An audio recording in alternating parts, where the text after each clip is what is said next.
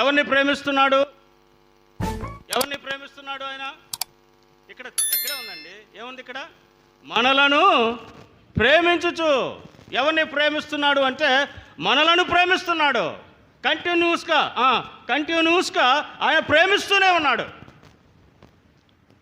మనం ఎలాంటి వారం? ఎవరం మనం ఆలోచన చేస్తే యెషయా గ్రంథం 1వ అధ్యాయం 5-6 వచనాలు చూస్తే ఆ మాటలు రాయబడినాయి. చూడండి. యెషయా గ్రంథం 1వ అధ్యాయం. ఇంకను తిరుగుబాటు చేయుచు,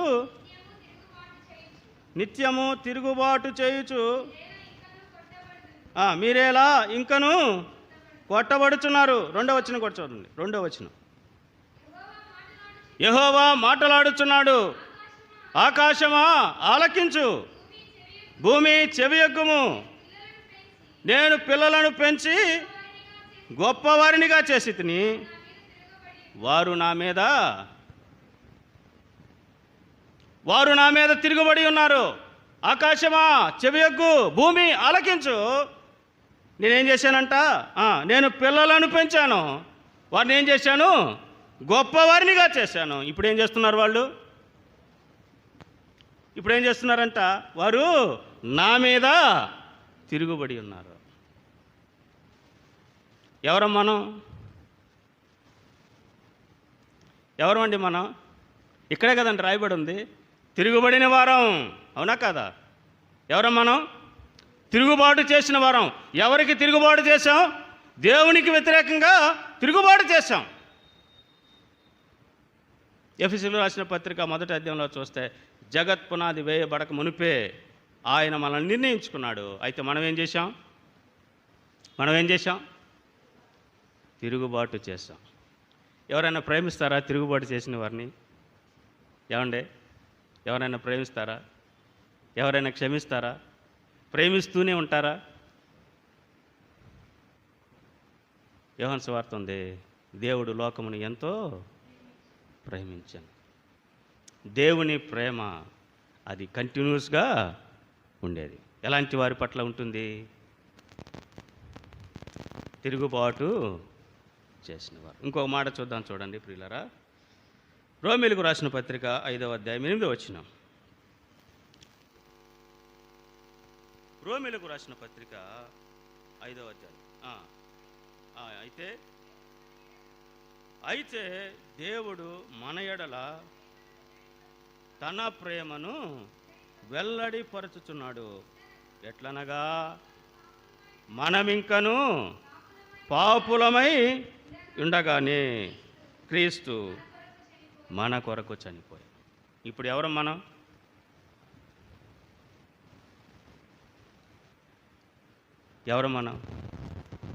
పాపులం. అక్కడేమో తిరుగుబాటు చేసిన వారం. రోమీయులకు రాసిన పత్రిక 5వ అధ్యాయం 8వ వచనానికి వచ్చేసరికి మనం ఎవరం? పాపులం. యెషయా గ్రంథం 1వ అధ్యాయం మనం చూస్తే ప్రియులారా, ప్రతివాడు నడినెత్తిన వ్యాధి కలిగి ఉన్నాడు. పాపముల చేతను అపరాధముల చేతను చనిపోయిన స్థితిలో ఉన్నాం.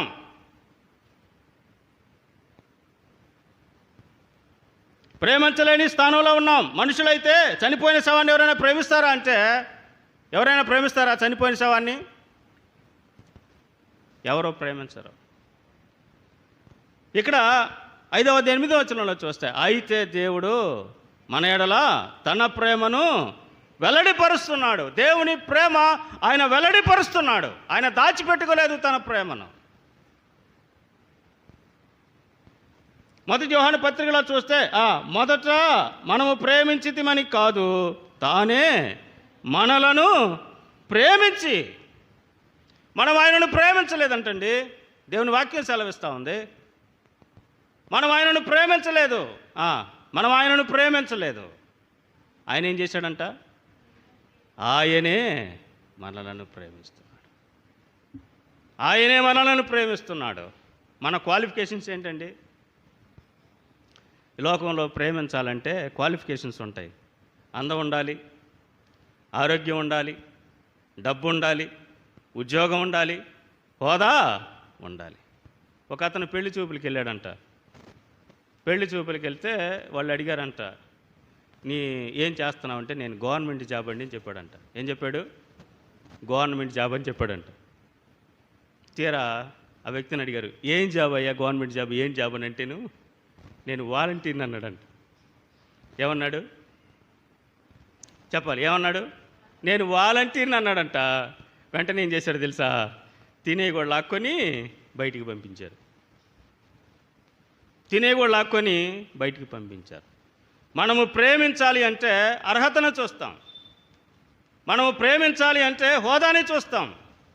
మనము ప్రేమించాలంటే తిరిగి ప్రేమిస్తాడో లేదో కూడా చూస్తాం. కానీ దేవుడు ఎలాగూ ప్రేమిస్తున్నాడు అంటే, ఆయన ప్రేమ బలహీనులం. రోమీయులకు రాసిన పత్రిక 5వ అధ్యాయంలో చూస్తే, బలహీనులం, భక్తిహీనులం, శత్రువులం, విరోధులం, దురస్తులం. ఎవరం మనం? మన క్వాలిఫికేషన్స్ ఇక్కడ రాయబడి ఉన్నాయండి. రోమీయులకు రాసిన పత్రిక 5వ అధ్యాయంలో చూస్తే, ప్రియులరా 5వ వచనం చూడండి, లేదా 6వ వచనం చూడమ్మా. ఏలయనగా మనమింకా బలహీనులం. 7వ వచనం చూస్తే భక్తిహీనులం. 8వ వచనం చూస్తే పాపులం.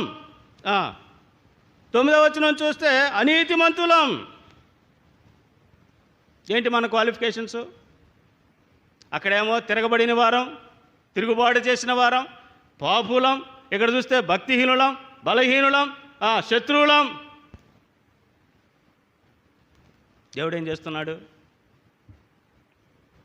దేవుడేం చేస్తున్నాడండి? ఆయన హృదయం అనే తలుపు వద్ద నిలిచి తట్టుచూనే ఉన్నాడు. ఆయన తట్టుచూనే ఉన్నాడు, విడిచిపెట్టట్లేదండి. యోహాను సువార్త 5వ అధ్యాయం చూద్దాం, చూడండి ప్రియులరా.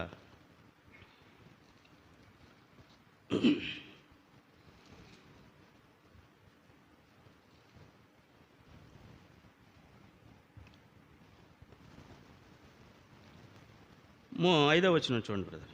5వ వచనం, యోహాను సువార్త 5వ అధ్యాయం 5వ వచనం నుంచి 9వ వచనం వరకు చదువుకుందాం. అక్కడ 38 ఏండ్ల నుండి వ్యాధి గల ఒక మనుషుడుండెను. యేసు వాడు పడి ఉండట చూచి, వాడప్పటికీ బహుకాలము నుండి ఆ స్థితిలో ఉన్నాడని ఎరిగి స్వస్థపడగోరుచున్నావా అని వాని అడుగగా, ఆ రోగి, అయ్యా, నీళ్లు కదిలింపబడినప్పుడు నన్ను కోనేటిలోనికి దించుటకు నాకు ఎవడనూ లేడు గనుక నేను వచ్చినంతలో మరి ఒకడు నాకంటే ముందుగా దిగునని ఆయనకు ఉత్తరమిచ్చాను. యేసు, నీవు లేచి నీ పరిపెత్తుకొని నడుమని వానితో చెప్పగా, వెంటనే వాడు స్వస్థత నుండి తన పరిపెత్తుకొని నడిచాను. ప్రియులారా, ఈ 5వ అధ్యాయంలో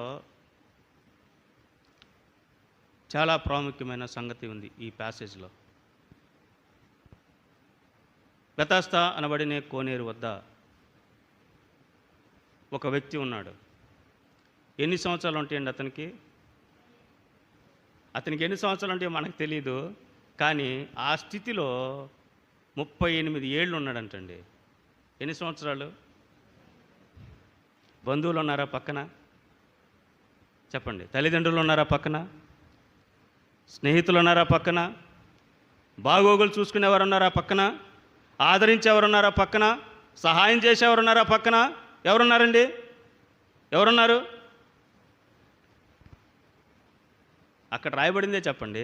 ఎవరున్నారు? నోబడి. ఎవరు లేరు. ఇప్పుడు యేసుప్రభువారు ఏం చేశాడు? యేసుప్రభువారు ఏం చేశాడంటే, అతడు బహుకాలము నుండి ఆ స్థితిలో పడి ఉన్నాడని ఎరిగి అనే మాట మనం పట్టుకోవాలి. ఎవరు ఎరుగుతున్నారు? ఎవరు ఎరుగుతున్నారండి? మనలను ప్రేమించుచు. నిన్ను ప్రేమించేవాడు మాత్రమే నీ స్థితిని ఎరుగుతున్నాడు, అంతే. శత్రువు అనుకోండి, అతడు ఏం ఎరుగుతాడు? మన బలహీనతలను ఎరుగుతాడు. అవునండి, అంతేనా? ఏం ఎరుగుతాడు? మన తప్పొప్పులను ఎరుగుతాడు. ఎప్పుడు పట్టుకోవాలో ఎరుగుతాడు. కానీ ఈయనేం ఎరిగాడండి? అందరు నా వైపు చూస్తున్నారు కానీ ఎవరో సమాధానం చెప్పట్లేదు. ఈయనేం ఎరిగి ఉన్నాడు? నీ స్థితిని ఎరిగి ఉన్నాడు. ఎవరైనా? యేసుక్రీస్తు ప్రభువు. ఇప్పుడు ఆ మంటపం దగ్గర చాలామంది ఉన్నారండి, లేరా? పైన వచ్చిన వాళ్ళు చూస్తే రోగులు ఉన్నారు, గుడ్డివారు ఉన్నారు, కుంటివారు ఉన్నారు, చాలామంది ఉన్నారు. కానీ ఆయన దగ్గరికి ఎందుకు వచ్చాడో తెలుసా? నీ దగ్గరికి ఎందుకు వచ్చాడో తెలుసా? నీవు ఆ స్థితిలో పడి ఉన్నావని ఆయన ఎరిగి ఉన్నాడు. నువ్వు ఏ స్థితిలో ఉన్నావో ఆయన ఎరిగి ఉన్నాడు. మన హృదయ ఆలోచనలు మన భార్యకు తెలియదు, పిల్లలకు తెలియదు, మన బంధువులకు తెలియదు, తల్లిదండ్రులకు తెలియదు, మన స్థితి ఎవరికీ తెలియదు. కానీ మన హృదయంలో ఉన్న పరిస్థితిని ఒక ఆయన ఎరుగుతాడు. ఆయన ఎవరు? యేసుక్రీస్తు ప్రభువు. ఒక మాట అడుగుతాను, సమాధానం చెప్పగలరా? మన హృదయంలో ఉన్న మాటలు లేదా మన హృదయంలో ఉన్నటువంటి ఆలోచనలు పక్కనోడికి కానీ వినపడ్డాయి అనుకోండి, ఎలా ఉండేది మన పరిస్థితి? చెప్పాలి. పక్కనోడికి వినపడ్డాయి అనుకోండి, ఎలా ఉండేది మన పరిస్థితి? మన అంతరంగం ఎలా ఉండేదో తెలుసా? చెప్పాలి. పక్కనోడితో నడుస్తూనే ఉంటాం, మాట్లాడుతూనే ఉంటాం, ప్రేమించినట్టుగానే ఉంటాం. ఇప్పుడు ఎలా ఉంటుంది మన హృదయం? ఎలా ఉంటుంది? ఒక్క ఆలోచన కనుక అతనికి వినపడింది అనుకోండి, ఇక మన పని అయిపోయినట్టే. అంతేనే కదా? కానీ ఆయన నీ స్థితిని ఎరిగినవాడు అనే మాట జ్ఞాపకం చేస్తాను. ఎందుకు ఈ మాటలు మాటికి చెప్తున్నానంటే, నువ్వు ఎన్ని సంవత్సరాలు ఆ స్థితిలో ఉన్నావేమో ఈరోజు రాత్రి దేవునితో మాట్లాడుతున్నాడు. నీ స్థితిని నేను ఎరిగి ఉన్నాను, నువ్వు స్వస్థపడగోరుచున్నావా అని ఆయన నిన్ను అడుగుతున్నాడండి. ఎవరు అడగలరు ఈరోజు మనల్ని? అసలు పలకరించేవారే ఉంటారా? ఏమండి, పలకరించేవారు ఉంటారా? మనకేదైనా అవసరం వచ్చి ఒకవేళ నేను డబ్బులు అడగాలనుకున్నాం అనుకోండి, వాడికి అర్థమైపోయింది. ఏమి? ఒరే, ఒకవేళ వీడు ఎదురు పడితే వీడు మనల్ని డబ్బులు అడుగుతాడు. ఇప్పుడు మనం ఏం చేయాలా? మొఖాలు తిప్పివేస్తారు, వేరే మార్గంలో వెళ్ళిపోతారు, రూట్లు మారిపోతాయి. కానీ దేవుడు అంటున్నాడు, ప్రకటన గ్రంథం 1వ అధ్యాయం 6వ వచనం చూస్తే, మనలను ప్రేమించు. ఆయన ప్రేమిస్తూనే ఉన్నాడు. ఆయన ప్రేమ కంటిన్యూస్. ఇంకో మాట చూద్దాం, చూడండి. తన రక్తము అనే మాట చూద్దాం. లేదా గలతీయులకు రాసిన పత్రిక 2వ అధ్యాయం 20వ వచనం చూసి తన రక్తం అనే మాటకు మనం వెళ్దాం.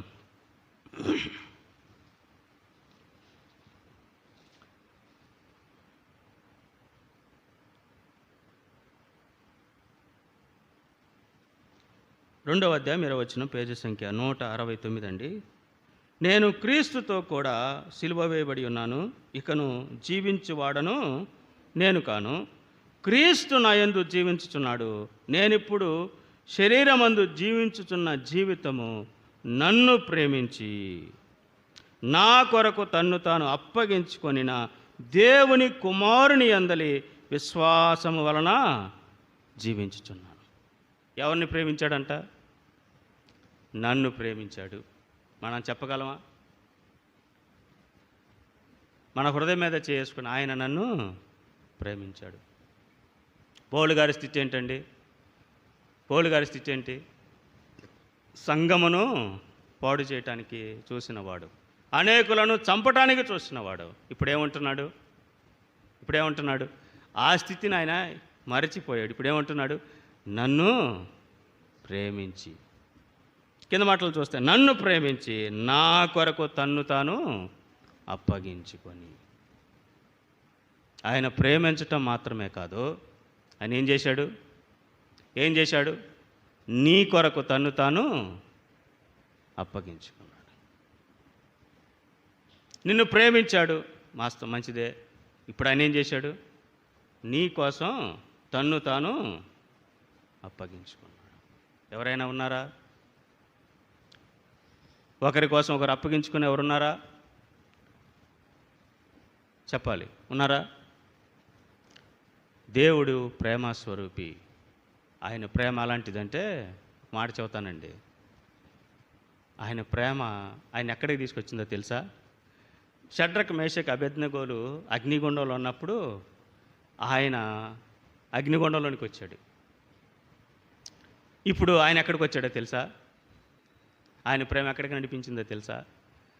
కలవరి సిలువ దాకా నడిపించింది.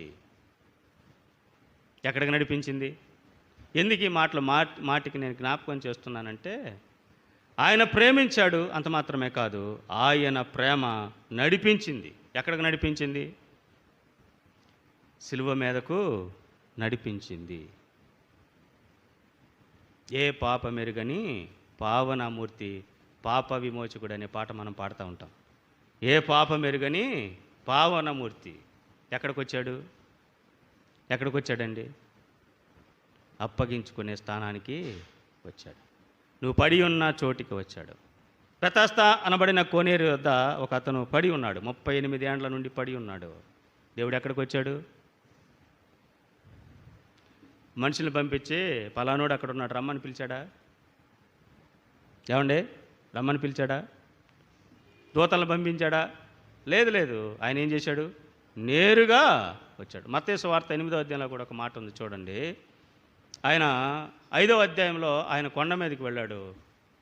7వ అధ్యాయం దాకా ఆయన కొండ మీద ప్రసంగాన్ని ముగించుకొని ఆయన 8వ అధ్యాయానికి వచ్చాడు. 8వ అధ్యాయంలో ఆయన కొండ నుంచి దిగుతున్నప్పుడు ఒక కుష్ఠరోగి ఆయన ఎదురుగా వచ్చాడు. ఏమన్నాడు? ఆ మాట చదవండమ్మా. ఇదిగో కుష్ఠరోగి వచ్చి ఆయనకు మ్రొక్కి, ప్రభువా, నీకిష్టమైతే నన్ను శుద్ధినిగా చేయగలవనెను.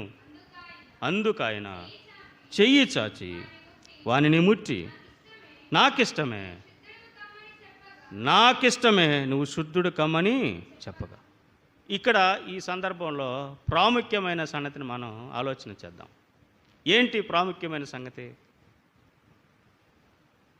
ఈ ప్యాసేజ్లో ప్రాముఖ్యమైన సంగతిని మనం గమనించాలి. ఏంటి అది అంటే, చెప్పాలి ఏమా? ఏం చేశాడు ఆయన? అక్కడ చదవండి.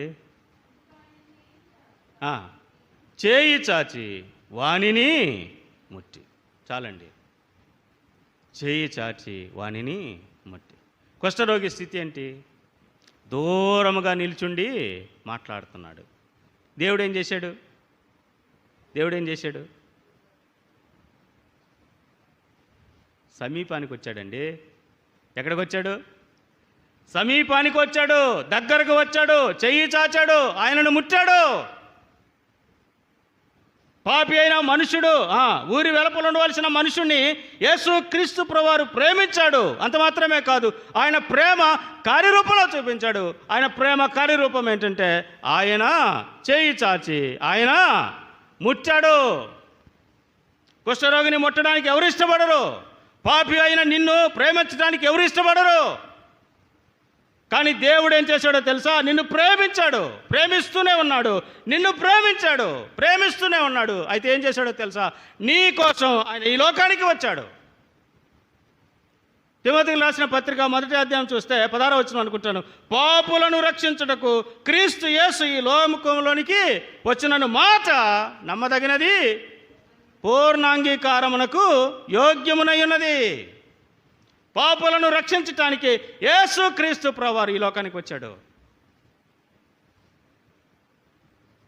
నిన్ను ప్రేమించాడు కాబట్టే ఆయన ఉండలేకపోయాడండి. ఆయన చూస్తూ ఉండలేకపోయాడు. నిన్ను ప్రేమించాడు కాబట్టి ఆయన నిన్ను ఆ స్థితిలో ఉండడానికి ఇష్టం లేదు. తప్పిపోయిన కుమారుడు బుద్ధి వచ్చినప్పుడు వాడు అనుకున్నాడు, నా తండ్రి ఇంట ఎంతమందికి ఆహారం ఉంది, నేనేం చేయాలా? నేను వెళ్ళి పనివారిలో ఒకనిగా నన్ను ఉంచుకోమని అడగటానికి వచ్చాడు. వాడు దూరముగా ఉన్నప్పుడు ఏం చేశాడు తండ్రి? ఏమండి, దూరముగా ఉన్నప్పుడు ఏం చేశాడో తెలుసా? తండ్రి పరిగెత్తుకుంటూ పోయాడండి. పరిగెత్తుకుంటూ పోయాడు. తండ్రికి కాళ్ళకి చెప్పులు ఉన్నాయో లేదో తెలియదు, కానీ కింద రాళ్ళున్నాయో లేదో చూడలేదు, కానీ కుమారుణ్ణే చూస్తూ ఉన్నాడు. కుమారుడి స్థితిని చూస్తూ ఉన్నాడు. అప్పటికి ఎంతకాలం అయిందో మనకు తెలియదు, కానీ ఏ స్థితిలో ఉండుంటాడో చెప్పండి. మాసిన గొడ్డలతోటి పందులు మేపుతూ ఆ పొట్టు కోసం పందులతో పోటీ పడిన వ్యక్తి ఎలా ఉంటాడు? మేబీ బురద కొట్టుకొని ఉంటాడేమో, మాసిన గడ్డ ఉంటుందేమో, జుట్టు పెరిగి ఉంటుందేమో. కానీ తండ్రి ఏం చేశాడో తెలుసా? కుమారుణ్ణి గుర్తుపట్టాడు. కుమారుణ్ణి, దేవుని ప్రేమను మనం చూస్తూ ఉన్నప్పుడు ప్రియులరా, ఆయన గుర్తుపట్టేవాడు. దూరముగా ఉన్న కుమారుని ఏం చేశాడు తెలుసా? తండ్రి గుర్తుపట్టాడు. ఏం చేశాడు? గుర్తుపట్టి వదిలేశాడా? ఏం చేశాడు? పరిగెత్తుకుంటా వెళ్ళి మెడ మీద పడి ముద్దు పెట్టుకున్నాడు. ఎంత ప్రేమండి! తండ్రి అనుకోవచ్చు కదా, అరే నీ గొడ్డలని మరకలై ఉన్నాయిరా, నువ్వు స్నానం చేసిరారా అన్నాడా?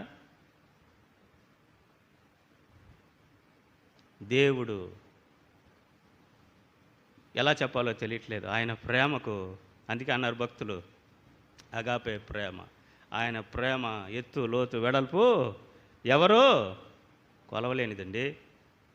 ఆయన ఎంతగా ప్రేమించాడు అంటే, ఫిలిప్పీయులకు రాసిన పత్రిక చూస్తే 2వ అధ్యాయంలో చూస్తే, దేవునితో సమానముగా ఉండుట విడిచిపెట్టకూడని భాగ్యమని ఎంచుకొనలేదు కానీ. ఏ భాగ్యం ఉంటుంది?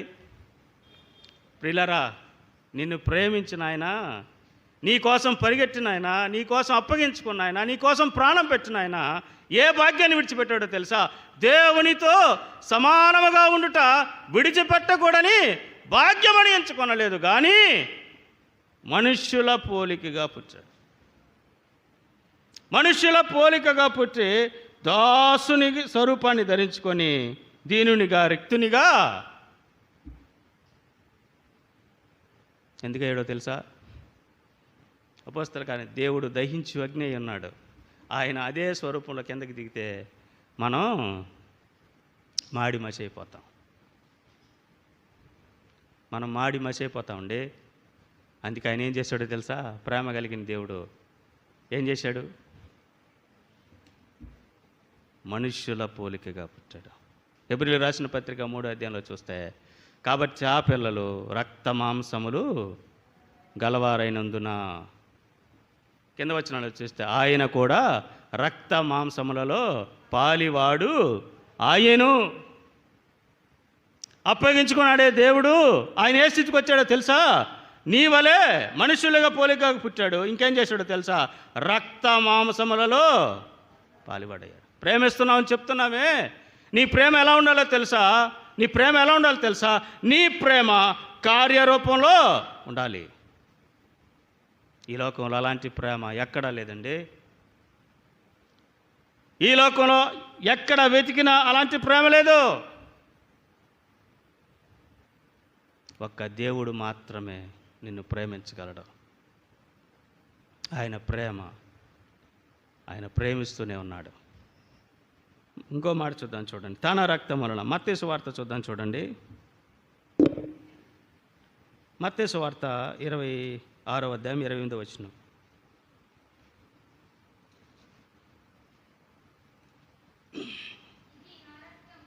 ఇది నా రక్తము అనగా పాప క్షమాపణ నిమిత్తము అనేకుల కొరకు చిందించబడుచున్న నిబంధన రక్తం. ఈ మాట చూస్తే ప్రియులరా, ఆయన రక్తమాంసంలో పాలుపడాడు కదండి. నిన్ను విమోచించడానికి, అనేకుల విమోచన క్రయధనంగా తన రక్తాన్ని చిందించడానికి ఆయన కూడా రక్తాన్ని ధరించుకున్నాడు. ఇంకా మాట చెప్పాలి అంటే, ఆయన రక్తమాంసంలో పాలుపడయ్యాడు.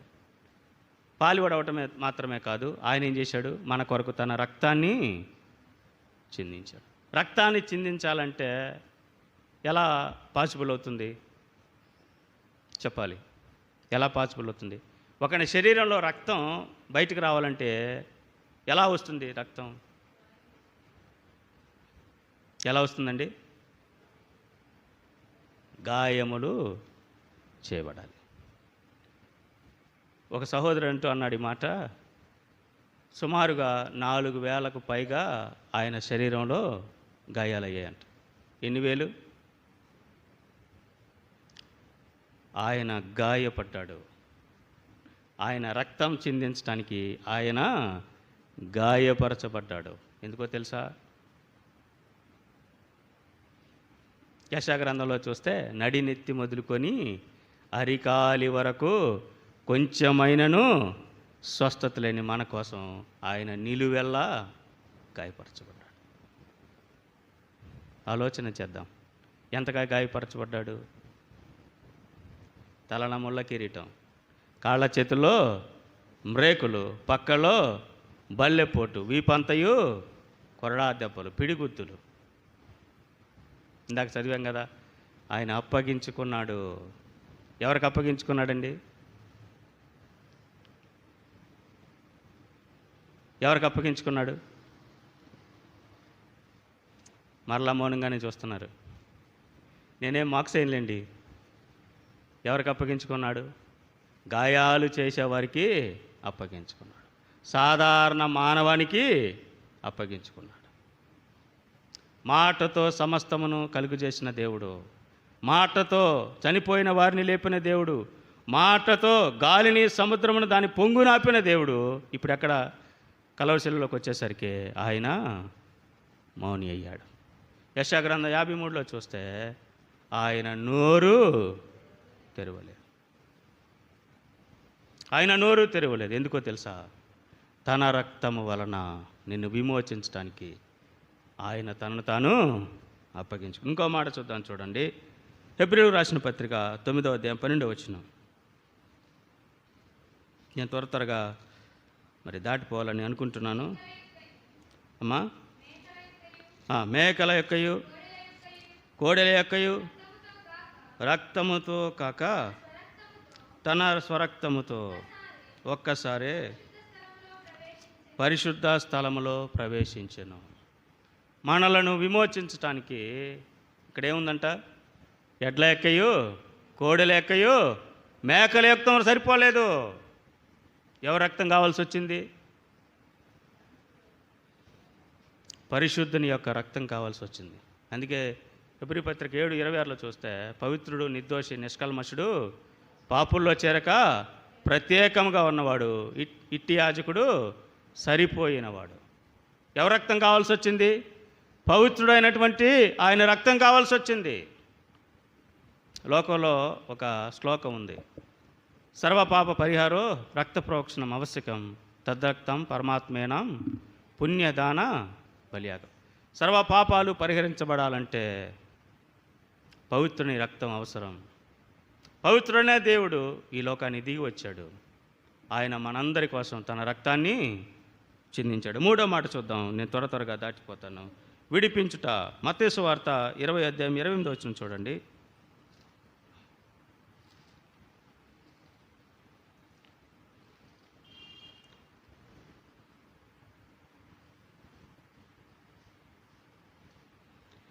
పేజీ సంఖ్య 21 అండి. మత్తయి సువార్త 20వ అధ్యాయం 28వ వచనం.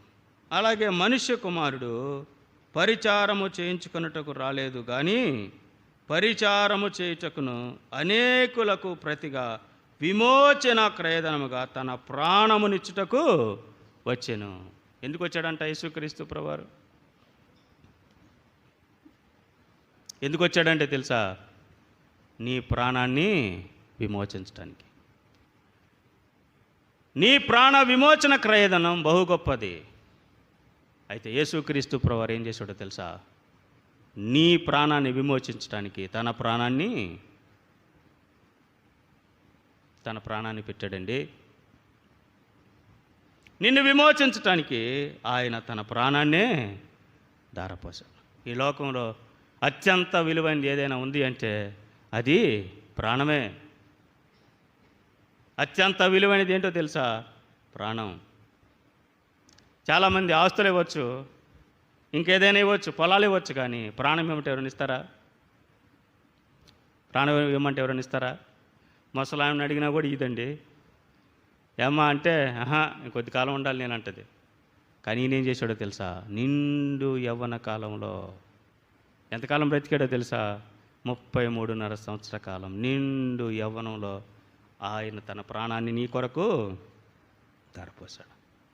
ఈ రాత్రి దేవుని మాటలు వింటున్న నీవు ఒక మాట జ్ఞాపకం చేసుకో, ఒక మాట జ్ఞాపకం ఉంచుకో. ఆయన నిన్ను ప్రేమిస్తూనే ఉన్నాడు. ఆయన ప్రేమిస్తూనే ఉన్నాడు. అంత మాత్రమే కాదు, ఆయన నీ కోసం తన రక్తాన్ని చిందించాడు. ఆయన నీ కోసం తన ప్రాణాన్ని ధారపోశాడు. ఇలాంటి దేవుడు ఎవరైనా ఉన్నారండి?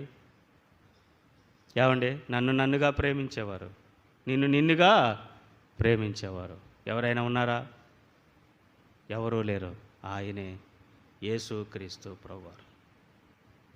ఆయన సర్వాధికారి అయిన దేవుడు.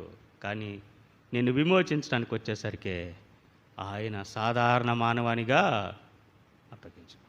ఈ రాత్రి దేవుని మాటలు వింటున్న నీవు ఆయన ప్రేమను తృణీకరించవద్దు. ఒకవేళ ఆయన ప్రేమను తృణీకరిస్తావా, నువ్వెక్కడుంటావో తెలుసా? దేవుని ప్రేమలోని చోటుకి వెళ్తావు. ఎక్కడికి వెళ్తావు? దేవుడు ప్రేమించని చోటుకి వెళ్తావు. అదేంటో తెలుసా? నరకాగ్ని కొండం. అక్కడేముంటుందో తెలుసా? అక్కడ అగ్ని ఆరదు, పొరుగు చావదు. యుగయుగాలు కంఫర్టబుల్ లైఫా? ఒకడు రోధిస్తున్నాడు, తండ్రి అయిన అబ్రహామా లాజరును పంపించు, ఆయన చిటికిన వేలు నీళ్ళల్లో ముంచి నా నోట్లో వేయాల. దేనికోసం అర్థిస్తున్నాడో తెలుసా? ఒక్క చిన్న చిటికిన వేలుకి ఎన్ని నీళ్ళు వస్తాయండి? ఎన్ని నీళ్ళు వస్తాయి? చిన్న డ్రాప్ కోసం అల్లాడిపోతా ఉన్నాడు. ప్రియులరా, నేను ఈ మాటలు ఎందుకు చెప్తున్నానంటే, ఆ స్థితిలో నువ్వు వెళ్లకుండా నిన్ను విడిపించడానికి దేవుడే తన ప్రాణాన్ని పెట్టాడు. ఈ రాత్రి దేవుడు నిన్ను ప్రేమిస్తున్నాడు. ఆయన ప్రేమను అలక్ష్యం చేయొద్దు. ఈ రాత్రి ప్రభువునందు విశ్వాసం ఉంచి రక్షకునిగా అంగీకరించి పరలోక రాజ్యానికి వారసులు కావాలని ప్రేమతో ఈ మాటలు తెలియజేసి ముగిస్తున్నాను. దేవుడి కొద్ది మాటలు మన వినికిడిలో సహాయం చేయను గాక. అందరూ తలలు వంచితే చిన్న మాట ప్రార్థన చేసుకుందాం.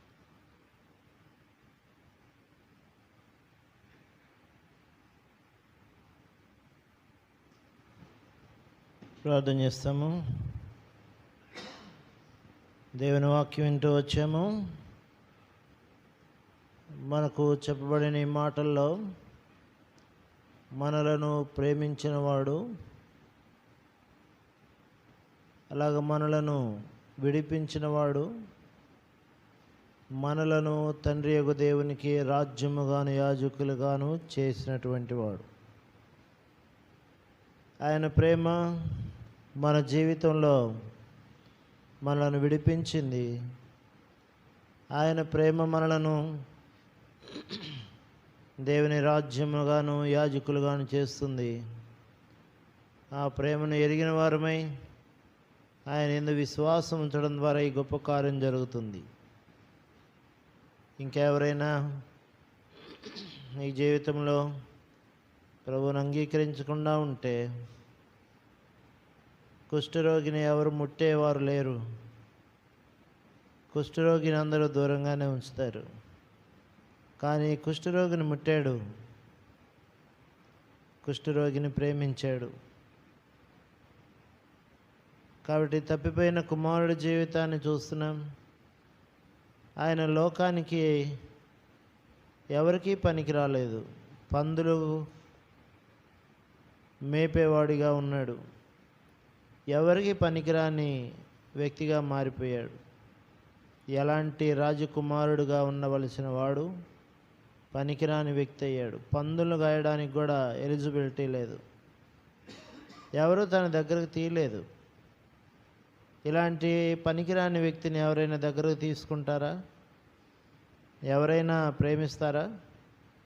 దూరం నుండి చూస్తున్న తండ్రి, తన కొరకు కనిపెట్టుచున్న తండ్రి, తన కొరకే ఎదురు చూస్తున్న తండ్రి పరిగెత్తాడు, మెడ మీద పడ్డాడు, ముద్దు పెట్టుకున్నాడు. ఎంత నీచమైనటువంటి స్థితిలో ఉన్నాడో, దుర్వాసన వస్తుందేమో తెలియదు. భయంకరమైన స్థితిలో ఉన్నాడు. మనమైతే దగ్గరికి వెళ్ళమేమో.